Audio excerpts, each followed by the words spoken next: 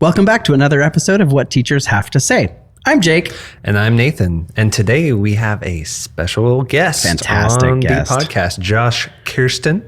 He's a nationally recognized behaviorist in schools, working with kids that are really struggling. Yeah, he really spans the gambit. He works with everything from like super destructive problems in the classroom to less, right? He kind of works with all of them.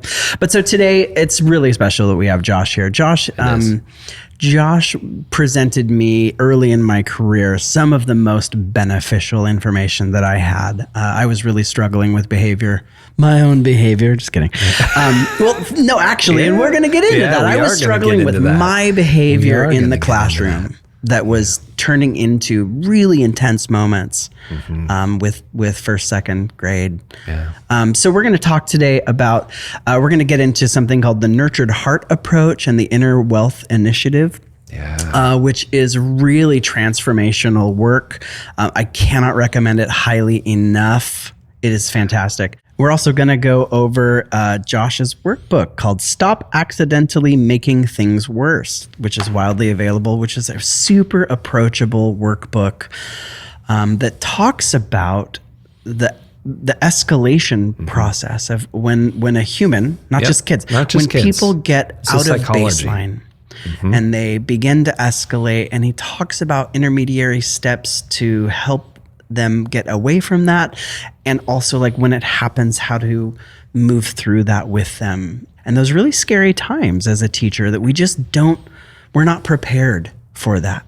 And as I love that Josh brings up, like, no, behavior is different. It is. He talks about behavior. Post-COVID is different. Yeah. So we have listeners out there that talk about, they're like, yeah, bro, but like, I can't. They're like, but not I can't with my kids. Yeah, but not with my kids. Right. You know, this summer I talked to a couple of teachers. I was teaching the Wicked Hydra. Yeah. And they're like, I really worry that like if I let my students move around the classroom more freely like that, it turns into real behavior problems. Right. And like, I get that. I can't deny that. That is a absolute truth.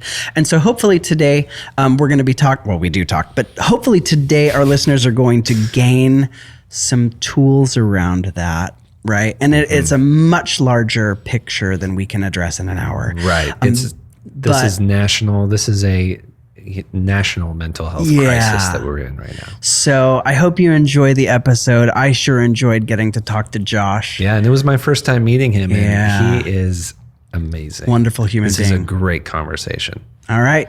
So off to Josh.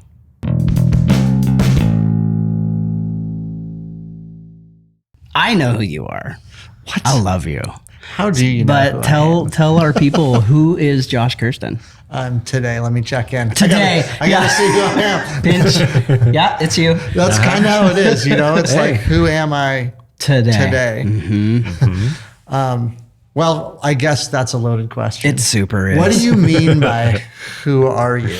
Like, do you actually want me to talk about how I operate inside education? So how about this? Or you want me to go wild? We care about you as a human being. Yep. Like, I know that you're an incredible dad.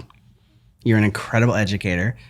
Like, you've got a lot of round to you, a lot of roundness to your human being, right? And that's really important to us on a podcast. Oh, good. Then so who is this incredible, like, if you're not watching on video, you got to get to know Josh because he's a vibe. And how did you get here? Like, tell us a little bit about who is Josh? Well, like I said, today. So the most current version of me is that I'm operating from this space of everything is opportunity.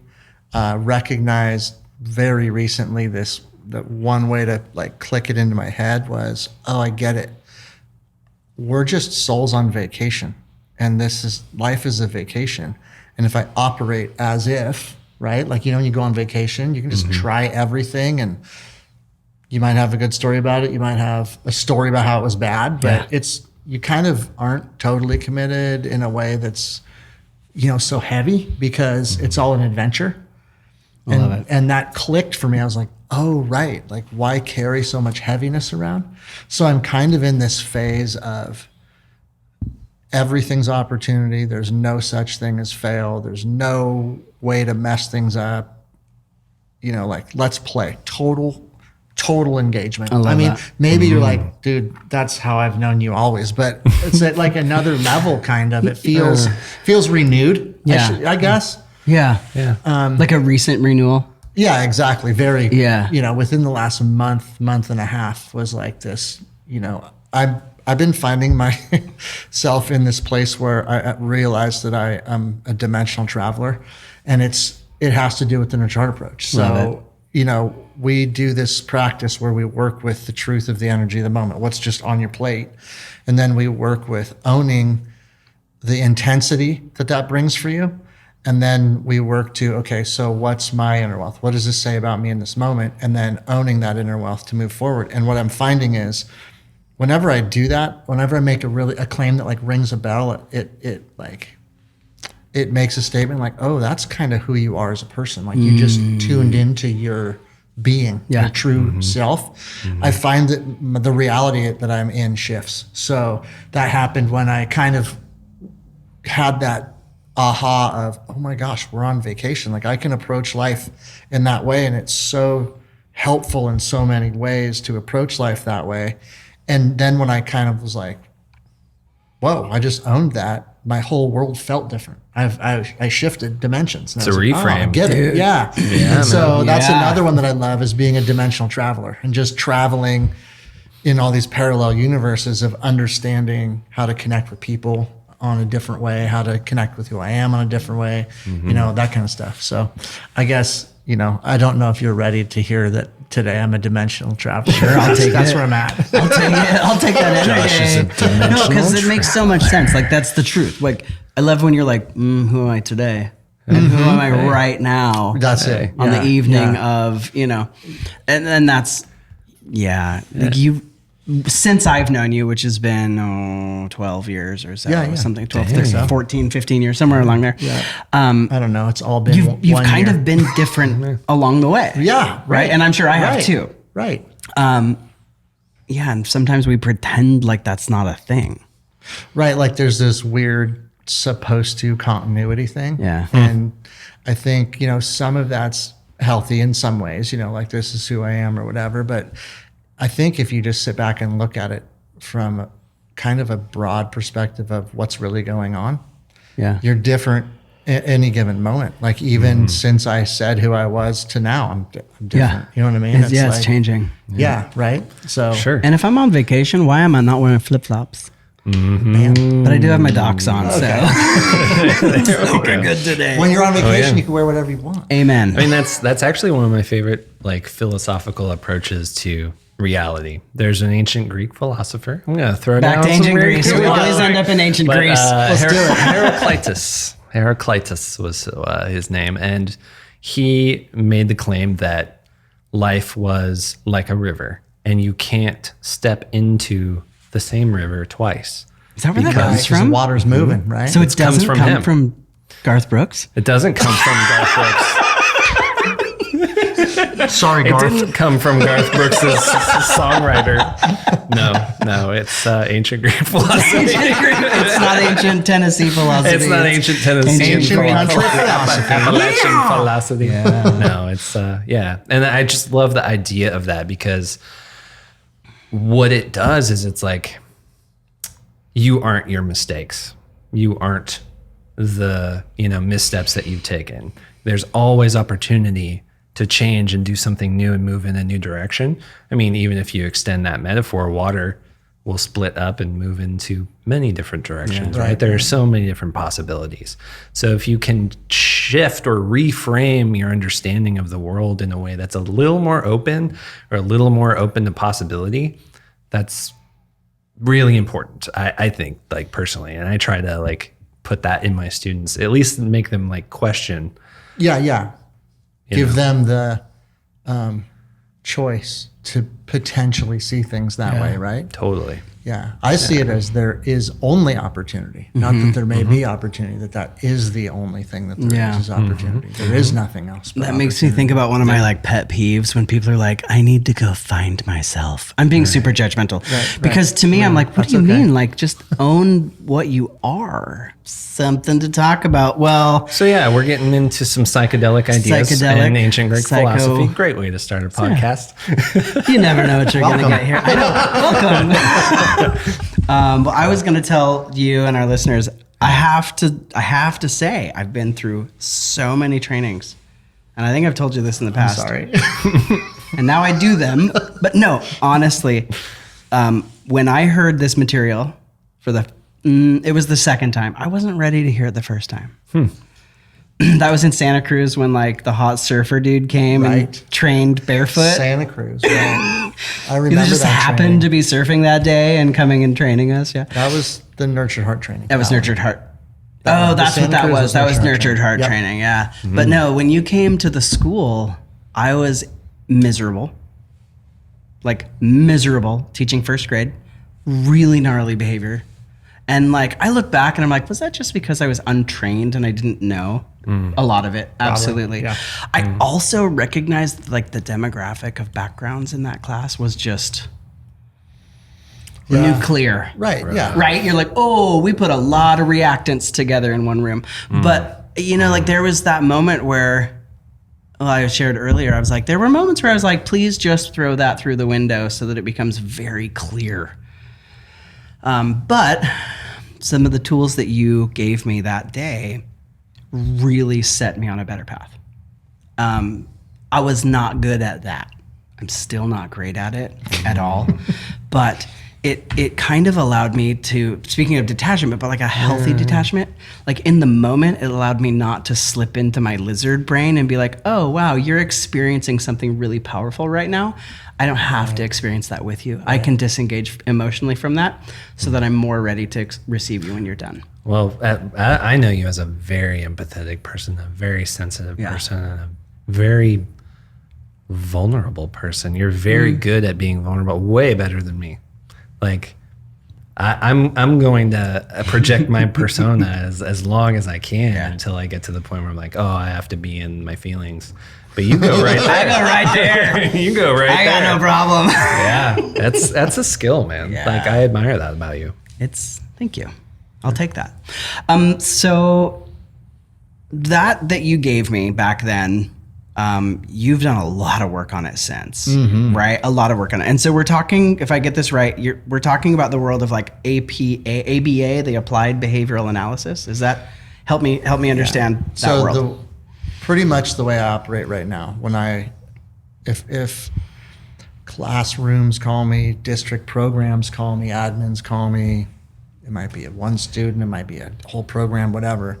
The way I always operate is I have basically like 3 things that are my foundational approaches, and one of them is applied behavior analysis, but it's the simplified version.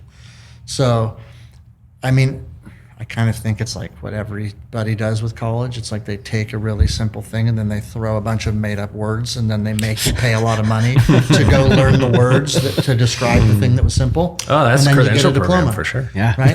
Yeah. So essentially ABA in my mind is function of behavior, and everything else talks about that. So you see a behavior in a classroom and it serves a purpose for that student. Okay. And it's a function. It serves a function for them. Yeah. And typically that function is escape or access. And there's other ones that they try to teach, but let me tell you. Those are the two. Those are the 80%. Yeah. I think you could argue that there's some kind of internalizing, sensory behaviors that come up that just are like, I do it because it makes me feel good kind of behaviors. Okay. You see more of it when people are on the autism spectrum and stuff like that, where behaviors don't necessarily serve, I want this or I want to get away from this.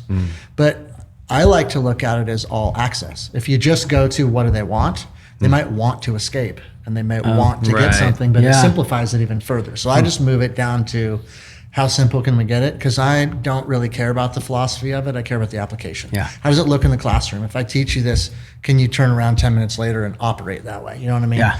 So that's one of the tools. The other tool is Dr. Bruce Perry's work, specifically his work on state-dependent functioning and functioning based on the state of your neurology. Okay. And that's the Stress Response Continuum. That's the workbook. That's the book that I put out. Yeah. And then the other foundational piece for me is Nurture Heart Approach, because if you take a powerful tool like ABA and or trauma-informed practices, but you get the timing and the relational delivery and exchange wrong, you can make the problem worse using the right tool. Right. So you have to understand, like, timing wise, when are you pouring yourself into the relationship with the child, and purposefully, why are you pouring your relationship in if it's the right time? Are you doing it as a manipulation, which is what ends up being applied behavior analysis very often? Okay. Or are you understanding applied behavior analysis and helping to shape behavior with the purpose of growing inner wealth in that child, with with focused on the qualities and values that they bring to the world and enhancing their view of who they are and helping them settle into, I am this person, and be strong in that seat of, this is me, right? And then to take it one step further, it's a dual, it goes both directions, right? So as I'm doing that with you students, I'm doing that with me, even through our exchanges. So how am I talking to myself, and what am I seeing in myself, and what am I owning as my inner wealth, so that I become seated? And it's not only modeling, but then it's also driving me further into remembering who I was when I came here, right? Instead of being conditioned to forget. Yeah. So that's kind of how I operate, and I try to teach it in a way that's usable. So like, I can say all that stuff, it sounds real fancy and woo-woo and all that stuff, but I'm more interested in, like, so what does that mean when the kid comes in and just says F you and kicks a chair over? You know what I mean? That's where I'm at. Like, okay, that's the big picture stuff. Now let's talk about when the chair flies. Yeah. So there are a lot of students and teachers are hurting out there. Oh yeah. Yep. Behavior is changed. Behavior is different than at least when I started, The right? world melted after COVID. The world melted. So I'm curious, somebody who's right in that crucible, what are you seeing out there? I'm seeing adults who are hurting. That's what I'm seeing. If I was going to give advice to admins, I would tell admins, your focus should be on the adults. You want happy kids? Create happy teachers. You know how to create happy teachers? Take stuff off their plates. Quit putting stuff on their plates. Don't put another SEL meeting. Don't put another mental health thing on them.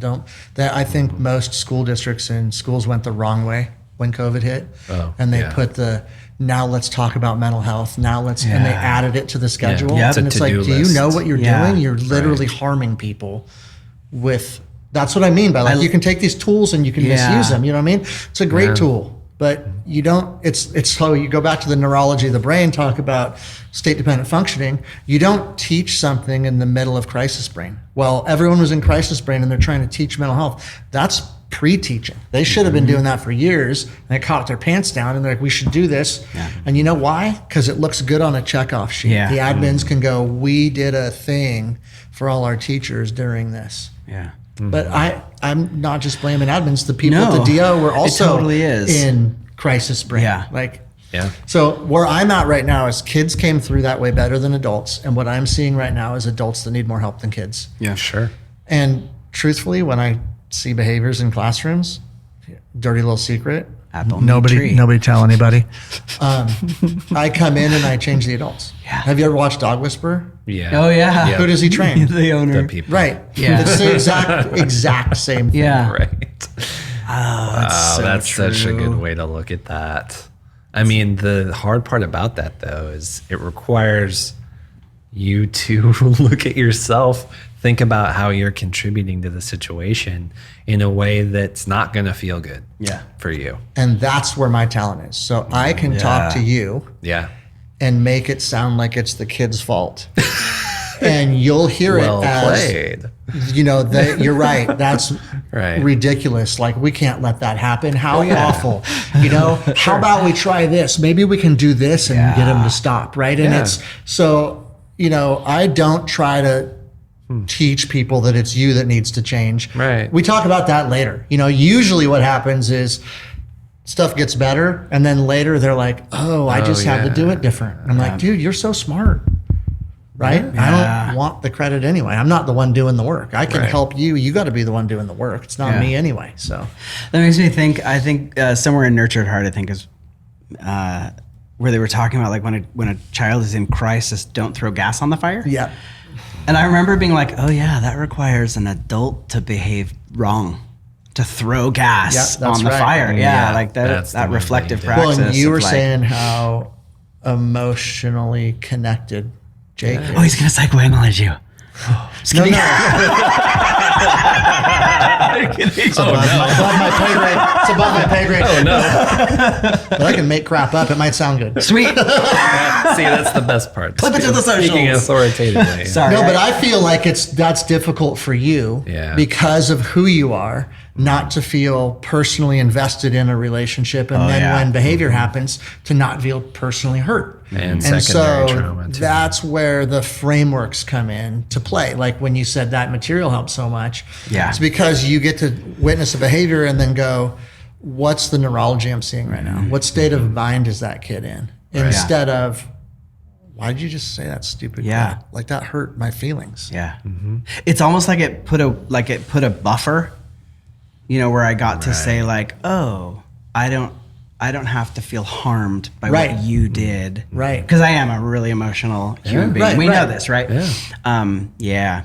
Yeah, absolutely. There. Well, and me too. I'm like total empath, and that's how that's how I get in trouble. I get in trouble when I give too much and then realize I'm being taken advantage of. Yep, and I'm overdrawn. Yeah, and so this stuff was life-saving for me. It's probably why I connected with it so much, because it's like, oh, I get it. Cool.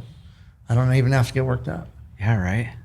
I want to go back to something you said earlier. You mentioned like 3 things that kind of all stir together, right? So applied behavior analysis, the stress response continuum, and the nurtured heart approach. Mm-hmm. How do those fit together? Like, what are those things? Yeah, so I feel like too many people out there have never heard of the nurtured heart approach. Right. Yeah. And for me, the way I like to describe the nurtured heart approach is it's the how to the what. So there's a lot of what's out there in the world. But if you want to know how to do that what, it's nurtured heart approach. Yeah. So, like trauma-informed care, for example, or applied behavior analysis. So that's, to me, how they go together is, you have this system that's super powerful and scientific and, proven in all these different ways, right? Yes. And you can read all these cool books about it, you can listen to lectures, and you can read the research, and then now you're supposed to go do that. Mm-hmm. And you're like, how does it look in this moment? How am I supposed to do it right now in this moment? The kindergartner that's melting down. Right. Yeah. And so the nurtured heart approach is like the filter for that stuff. It operates as the, it works around how do you communicate, when do you communicate, what can communication sound like, when shouldn't you communicate, how does that look when you don't communicate, when you're trying not to communicate and people are still trying to communicate with you, how does that look, what do you do with the intensity that comes with that situation, right, which I think is a missing piece in, I don't know, every approach I've come across. Nobody talks about, okay, you're in the middle of the dirt, right, and you have these overwhelming feelings coming up. And what do you do with them? Most people are like, well, you just put that aside. Stuff it down. Or think of a happy thought. That's another one. We just, it's like I'm not Peter Pan. Yeah, Peter Pan that? What are we talking about? Exactly. It's so lame because it's like, dude, go ahead and swallow. You're going to puke someday. Okay, you know but what I mean? That's a thing. Okay, so like in education, like teachers I've experienced like the death of a coworker, the death of a close community member. Yeah. And we're like told in the morning, and then like, go teach. Yeah. Yeah. Rub some dirt in it, Jake. Rub some dirt in it, Jake. I love that you say that. My dad used to always say that. But right, like, dude. Why? Yeah, teachers are told to like, you don't get trauma. You don't get your And now we need you to handle their emotions. trauma. Right. Even though Right. still, when I Right. mention the campfire, I get goosebumps and my throat closes up. Yep. Yeah. Insane, right? Yeah. So it's really fun for me to understand that that's, like I said before, opportunity. It's an opportunity. And so it takes a while to get used to this. I'm not saying like, oh, you just take nurture heart approach once and you're like, you can do it so easy and it's not enough. Nothing's ever an issue again. No, it's it hard. doesn't mean it's not an issue. It doesn't mean it's not the burden. It's you a don't skill. feel the intensity. And that's the other thing I love about nurture heart approach is it's so reality based. So it's not about not feeling the intensity and it's not about fixing it either. It's about creating purpose from what's happening to you. So if you can let yourself feel the weight of the loss of a coworker or I don't know. Were you here for the campfire? I was, yeah. We're both Okay. nice kids. So we can all feel the heaviness of that, Yeah. right? I was headed up there that morning and, the school I was going to, people were evacuated and barely made it and cars burned, all this crazy stuff. So, and I was like, that's way too close, way too close for comfort. And then all the schools I was working at were gone. Yep. Yep. Yeah, my morning was spent on a telephone and a radio evacuating the buses. Well, there you go. Like, it was really exactly. close. It was really close to me. Right. Yep. So because we can all feel that, like there's this real beauty in saying, okay, it's not about making that go away. It's about the opportunity of now I've been given this gift of intensity. I can feel the, whatever you want to call it, the weight, the energetic reality of it, the whatever is your word for it. Okay, if that's the truth, then that's the fuel for growing inner wealth. Right. It's the compost I can use to garden now. And so if I've been given the gift of feeling that, instead of make it go away, or instead of trying to do like, let me claim an inner wealth that I'll never feel that again. Like that's not it at all. It's every time that comes up, I have the opportunity to go, wow, I am a super feeling person. I have intense empathy. I am hypersensitive. What a gift to be a sensitive person. I'm the greatness of sensitivity. I'm the greatness of empathy. Wow. And then That's own a that, reframe. right? And then it doesn't mean it goes away. It means you have the opportunity to have intensity come up and you got to own your inner wealth. Yeah. And then our prediction and what we've been watching happen is you shift when you own inner wealth, like I'm the greatness of sensitivity and I'm the greatness of empathy. You see evidence pop up in your week that follows. Like, whoa, there's me being empathetic. There's me being sensitive. There's me. And it's ways that are positive and supportive and helpful. And then you might get another wave of campfire again a week later and be like, oh, and like, okay, what do I want to do with this? I'm already great enough. Right. It's not going to totally. It's like not going to go away. No. It's not about making it go away. But the more you do that, the more you start to click into that productivity. So now when things are super exciting or things are super gnarly and it blips on my radar, I can go, oh, right on. Opportunity, like, yay, energy. Here we go. Yeah. Let's play. Right. And what do I want to play? And sometimes I'm just like, what does it feel like? And sometimes I'll do like, if I can be here with the energy without have an aversion to this big of an energy, what does that say about who I am? And then just wait for the answer, right? And I'm like, oh my gosh. Yeah. I'm the greatness of resilience. I'm the greatness of bravery. I'm the greatness of courage. I'm the greatness, whatever feels true. And then like the real trick is to own that claim at the same intensity that you felt the energy in the beginning. So to own it, if you feel the campfire, can you feel courage? And then because that's the transformation of energy. And that's what Nurtured Heart Approach is doing for kids. Right. That's the whole thing, is pointing out, here's you and your circumstance. Here's what I see you doing. Here's what it says about who you are as a person. And say it in a way that's like an accusation. Like I blame you for being awesome. Yeah. We lecture and blame kids for doing things wrong all the time. So it's just getting the language and the intensity around lecturing and blaming for how awesome they are, for the things they're doing right, for what it says about who they are. And then just watching them, you're still out of control. That's what we love about it. So you're totally out of control when they're misbehaving. You're also totally out of control when they're living their own inner wealth, because it's their path and not yours. You mentioned let's take a look at the adult in the room, right? Yeah. Why, I think most adults resonate with I am a myriad of things. I'm a kaleidoscope of emotions. I'm all of these things, but we don't let kids do that, right? Why? I don't know. It's awful. I don't know. Right? It almost feels like these intense moments in a classroom, these intense behavioral things often come because we've said you don't get to feel that. Right. You don't get to be angry right now. Right. You don't get to be that form of a human. Yeah. And that time and place, right? Time and place. Sure, but there's a way to handle it, right? There's a way to handle it. Right. Yeah, it's interesting. And maybe it's what they're bringing in from home or from outside of school or from peer relationships or whatever it is. But for whatever reason, those kids are feeling squished.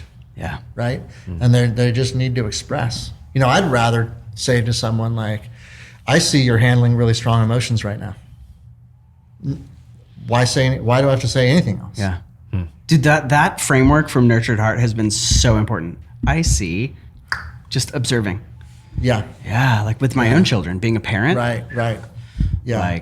And I think it starts to click our brains into being observant and being observers. And, yeah. I wish I could just freaking change education and be why even come predetermined with anything? Yeah.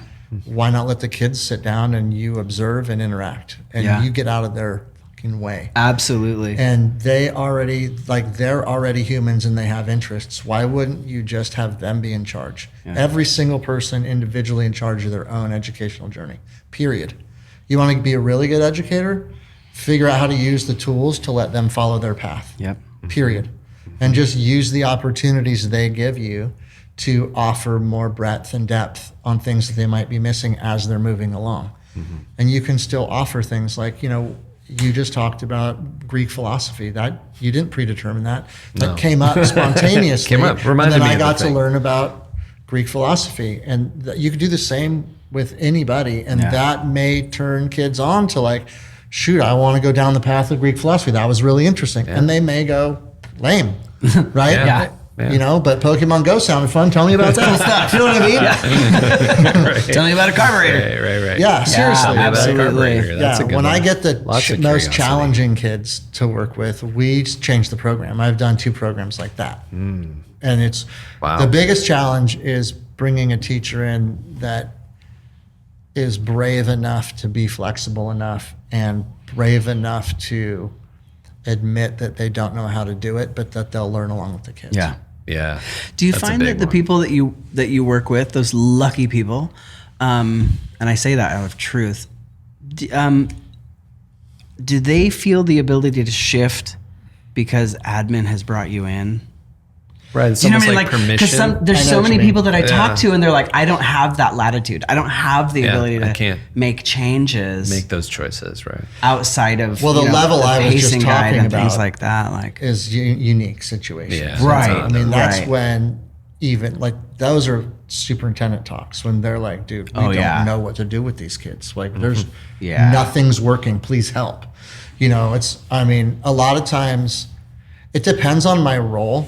If I'm hired as an outside specialist, as a consultant, most people will listen because now I'm coming in special. Right. But I also have a county job. I'm a salaried behaviorist, and people choose to listen less there because I'm one of the people that work there. Isn't that? It's an interesting What a trip. Now, it's not as much just because my position is a little different where the accessibility to me isn't just free access. You have to kind of work to get to me. Okay. So it's, I still You're have tier 5. Seriously. Yeah, so I have a little more, I think I have a little more persuadability just because it's kind of that level of problem isn't my level of problem. You know what I mean? Right. So that kind of helps. But I think overall what happens is everybody knows this stuff, but they haven't been told it in the way that makes sense to them. And, I don't think I know more about ABA than somebody else. I think I know how to communicate better than anyone else. And I operate from a place of finding out what's so heavy on your plate when I come to work with you. And I don't come in predetermined. Like, you come out of ABA school, you get your board certification. Yeah. And it's like, this is how you do things. Nuh-uh. That's not how I operate. It's why I chose not to be board certified, because I didn't want to be out of compliance. I want to operate within a trauma-informed approach, a nurtured heart approach, a mental health approach. And you know what my data is? When teachers aren't ready to go home, take sick leave, drink, quit, take stress drugs, whatever. Like when I have a teacher go, I'm happy to be at work again, that's the data I care about. That's it. And I know I get healthy kids then. Like I said before, if I can operate around getting an adult to have fun and enjoy their classroom life, I know those kids will have a better year. They'll have better school outcomes. They'll have better grades. They'll have better everything. Will change. And so that's where I operate from. And I think that's my niche. I think people are like, we love you. And it's because of that. I'm not any smarter than anyone else at this stuff. I think I'm just so dedicated to application, and application has everything to do with context. So I'm highly observant. Like I said, I'm highly, emotionally connected. I'm super intuitive, and I'm super observant, and I use those tools. Those and I'm skills. super sensitive. Those right? are skills. Yeah. And so I You have to use those practice those tools. things.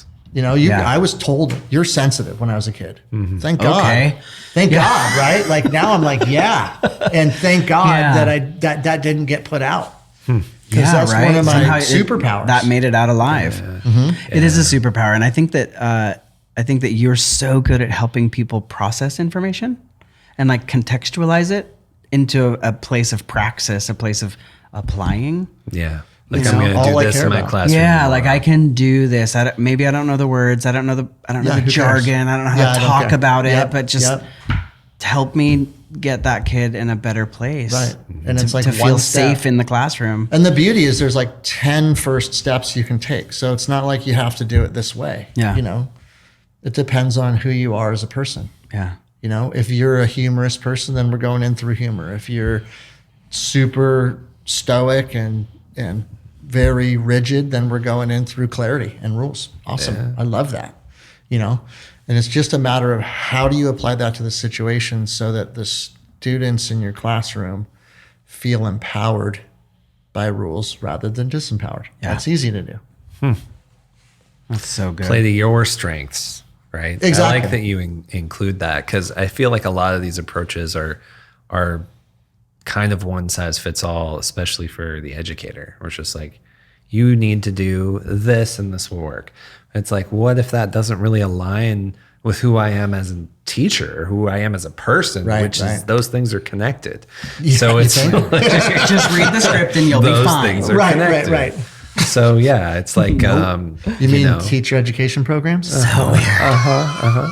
Like I'm just not like a disciplined guy. I'm never going to be that organized even. Like there's no way for me to do that. I'm way more relational and trying to be observant and to key into what's going on with my students more than here's the structure, here's the consequences. Like I just can't operate that way. And I don't feel like I can get any good outcomes out of that. Yeah. And you would love rules. If that's who you are, you would love rules through the nurtured heart approach because it creates opportunity to connect through rules.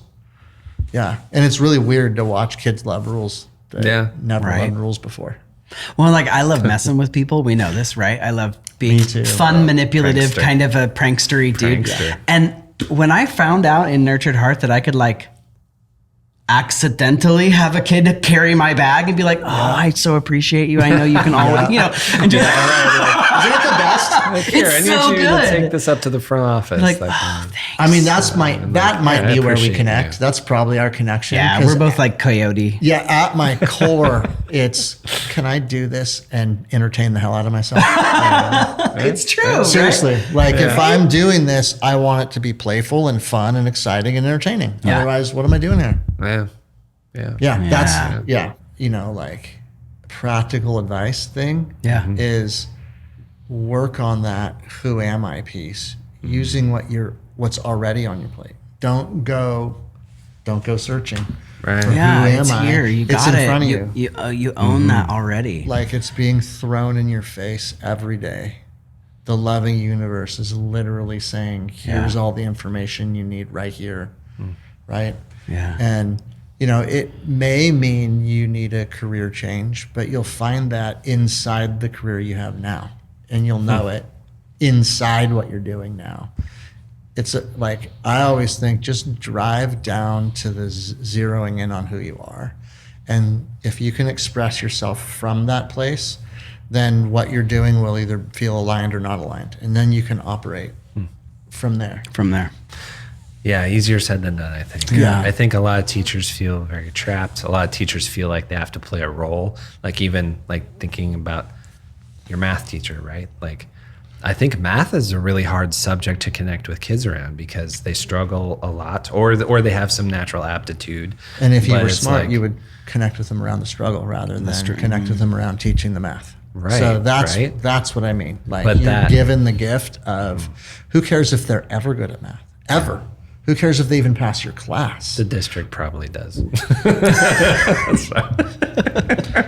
the district cares about that, they won't know the difference because the same amount of people will pass and fail. It'll be the same Well, like John is always saying, like the district curve. isn't coming to save you. Yeah. All right, no one's coming to save you. No one's coming to check in. But how cool would it be to have a kid own the struggle and feel good about their struggle after they failed math? Yeah. Right.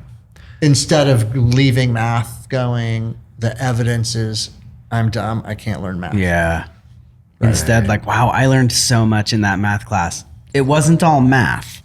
It might have been zero math. But I love so going much to about math because my teacher connected with me and I learned, I was empowered every time I was in math, whether I did the work or not. So people that are out there and they're like, where can I start learning? So we've talked nurtured heart approach. Yep. Right. That's an incredible place. What's the first, like if they're going to order a book and read it, if they don't have somebody in there, really, if you were going to do a nurtured heart approach book, I would say order the Transforming the Difficult Child workbook. Okay. It's a thinner book. It's an easy read. It's like broken down into little segments. Do this first, do this next. Yeah. It's really user friendly. It's my style, right? It's like I don't think I've seen that one. Yeah, I think I started reading, what is the Inner Worth Initiative? Or the Inner Wealth Initiative. Inner Wealth Initiative. Yeah. So that's heady. more like a book. Yeah, it's heady. And this is more like Cliff Notes. Okay. I like that. Me too. I need to look at that. Yeah. That's that would have been a good place to start. I tell everyone, like, here's the one. You can like go deeper later, but here's the quick and dirty, like, let's get moving right now kind of thing. And then the national trainings. Do you still lead the trainings like in Austin and? Yeah, so we're all virtual now. Oh, you're all virtual now. We have, that's good. It's really accessible. And it's awesome because there's people all over the world. Like there's people from India and people from the, from Europe and Australia, and we're all there at the same time. And then what I love about the Zoom environment is, like I can see you when you talk. I can see your face. I can hear your voice. You're in a giant conference room and the person's up front talking and you're like the back of their head and who is that? And I might never see that person. That's a really interesting reflection, whereas like Zoom actually opens up more connections. Oh man, and you wouldn't even, when we started, we were first nervous, like how do you do human connection? Right? Like this whole thing's about connecting. Yeah. It's wild. I'll tell you what, I didn't do it well. It's insane because we're on Zoom from 9 a.m. till like 4 p.m. Whoa. For 5 days straight. Wow. And people are bummed the last day when it's over. bet. And that's the power of connection. Yeah. It's like, oh, right, you can do this virtually. Yeah. Well, and like, I think I already mentioned it, but being exposed to the nurtured heart approach, and then like your things, it was a light. It was like, oh, this is a value. This is going to help me as a human being and thereby help me as a practitioner. Right. Yeah. It has so many more applications than just pulling it out for 5 minutes to get something done. Like I just call that manipulation. It's not it. That's not it at all. It's not a clip chart. No, and it's not like I don't need you to do anything. Yeah. My job, like I think in Rich Our approach is an output approach instead of getting input. So my job is to take the situation and give you a reflection on your inner wealth, period. End game. And in that way, I'm beautifully out of control. All I'm doing is feeding who you are and then letting it go. Yeah. Yeah. And that's the nurtured heart piece, right? That's I think like that's a good foundational place because it permeates every area of the life. Yeah. Every profession, every part of your life, everything. Gosh, yeah. But sometimes I find myself going over the Dr. Bruce Perry's state-dependent functioning stuff first with a lot of educators because I don't know why, but I think the educational piece of people understanding like the brain is operating this way when you're seeing this happen. Yeah. So if you do this, it's going to make it worse, not better. Gives people a really right now place to start. Yeah, like I'm not supposed to talk right now, or I'm supposed to give a choice and then be done. Because if I keep talking, it's going to get worse and I'm trying to make it stop, or this is the place where we're going to negotiate and give choices and talk about rules and give options. But as soon as I see this, it's choices and leave. And what's cool is I can, without saying nurtured heart approach, I can start introducing the ideas of reset and unplugging and all those things in that, because it takes those skills, knowing when to, I'm going to give you a choice because I see your brain is escalated and the only thing you need is limited choice, limited options, and you can't do any negotiating thinking or new learning because the thinking brain's turned off.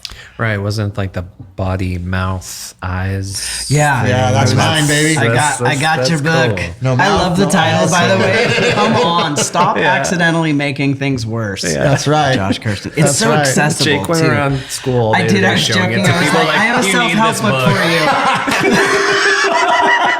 That was good. They're like, am I doing this? what? Am I doing this? I want to help you stop making everything worse. Thanks, Jake. Thanks. You're so thoughtful.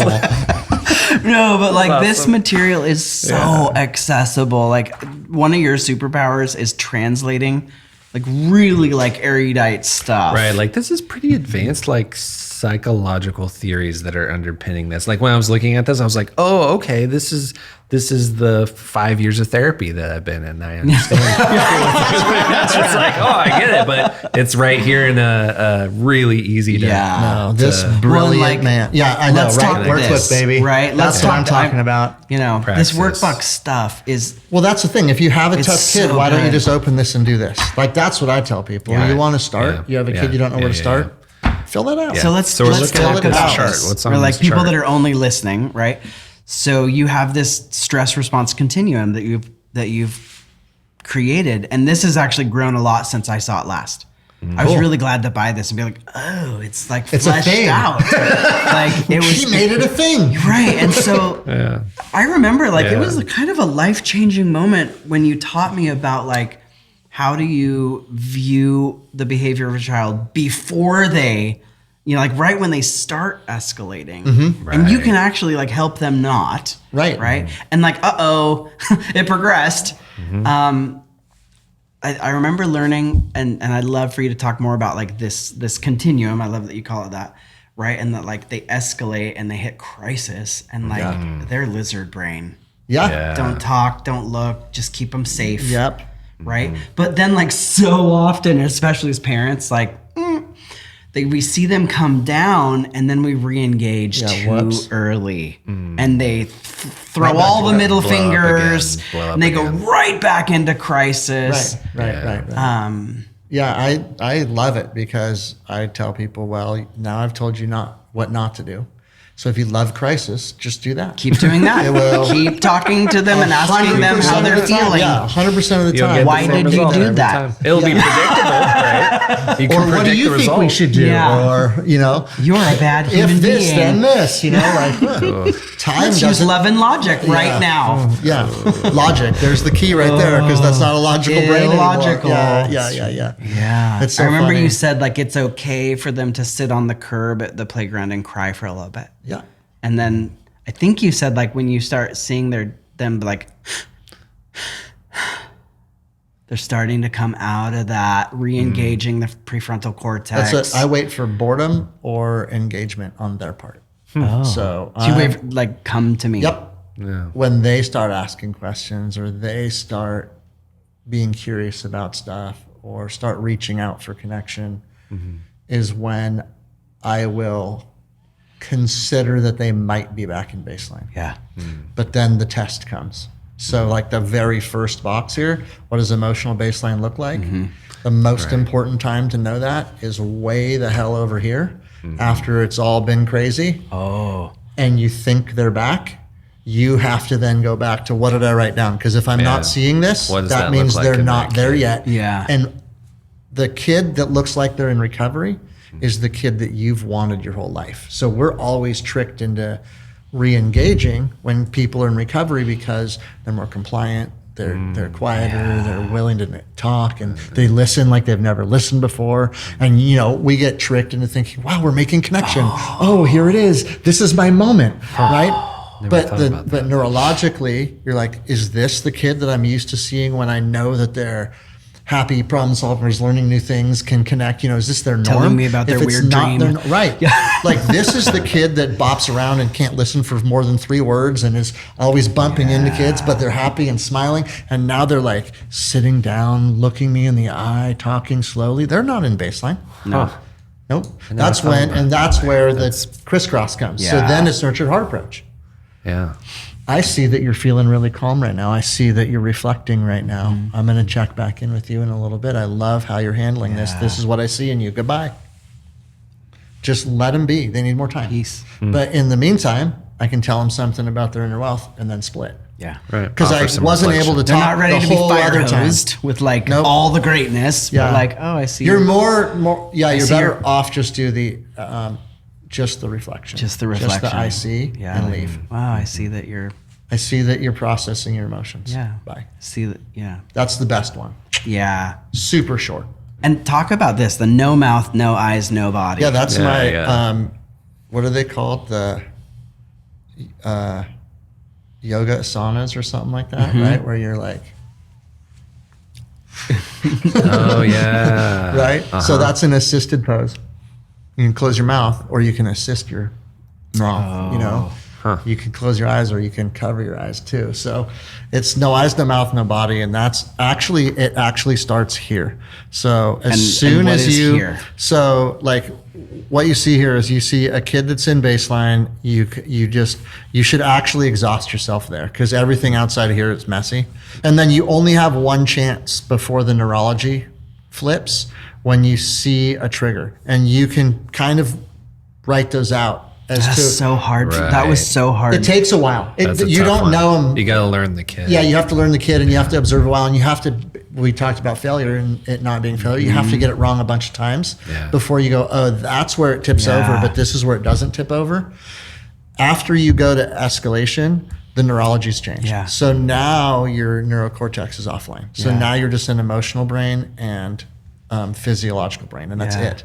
Yeah. And so And what like happens an there? example there, like you helped me recognize in my eldest, when he takes his shoes off, that's a signal. It's like his ADHD processing, he can't anymore, and he like takes his shoes off. And now as an adult, like he's in his 20s, he's been able to say like, yeah, I just have to like feel the earth.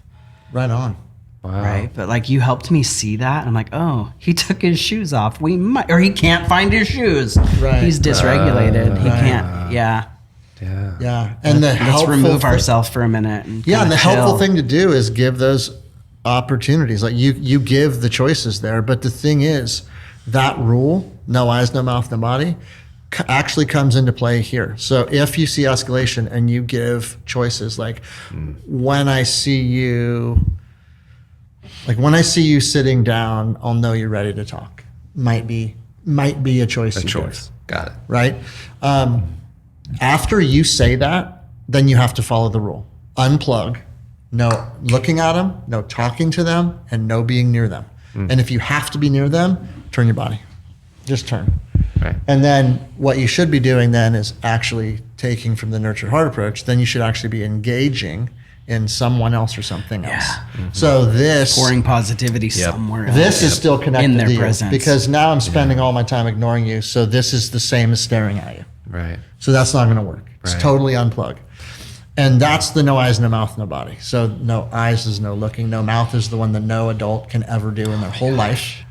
And no body is the only rule you can break because if there's a safety issue. So, if you take one of my trainings and you're like, well, I don't know. I mean, Johnny was stabbing Sally with scissors, but Josh said not to get near them during that time. You know what I mean? Like, that's not what I mean. But if you're taking scissors, don't look them in the eye and don't tell them they shouldn't be stabbing Sally. They know that, right? Yeah. It's more input into scattered neurology is more scattered. So you're looking for a higher escalation and a longer escalation. Because once the neurology changes, it's a chemical chemistry. Yeah. So it takes a while for the chemistry to come back to rebalance, right? All the neurons and receptors and all the uptake of all the other, the stuff. So that takes time. Well, you're setting yourself up for a longer duration before that comes back to normal, the more you engage because you're not letting it start to recalibrate. Right. And that's time. You have to wait. Like once it gets to escalation, you don't get to set your stopwatch. You just you're waiting until the brain's recalibrated, period.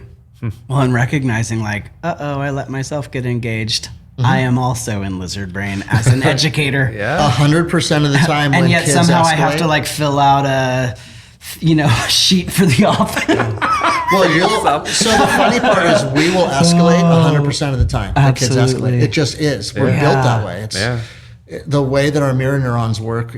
We read people's faces and when we read micro expressions, we actually feel them, and that helps us connect. It's something that kids on the spectrum struggle with. Yeah. But we internalize it. So when we watch a crisis happen, we feel the crisis, and then we get triggered. And so that's why this is so important, because you can't think your way through a crisis. No. Once you're out of baseline as the teacher who's supposed to be supportive, if you don't already have a plan, you're kind of in trouble. Yeah. You'll probably like make if it you've worse. ever had to evacuate a classroom because of the kid flipping tables and like I've had to be through that. Like there's no thinking. Right. No. And you might not be as escalated as the individual, but you're escalated out of your baseline. We like to pretend like, no, I'm an adult. I can handle this. You're like, no, dude, the dude's flipping tables over right now. I fear for my children. I fear for me. I don't know how to handle this. Am I a bad teacher? I'm clearly a bad human being because I let it get here. Like, just take my credential now. Jeez. And that moment of being like, way to build inner wealth. Just, Let me chop my legs off. Jeez, right? But that's what we get to that point, right? You're like, clearly I'm a bad human being because I'm supposed to be the adult in the room. And that's the sign of you being escalated. The sign that's of the sign of you being escalated. escalated. Yeah. If that's what's going in your mind, then it's like, oh, I'm out of baseline. Because if you don't walk around that way all day long, then you're out of baseline. Yeah. That's the trick right there. Yeah. Is that how I always am? No. Oh, then I must be out of baseline. Yeah.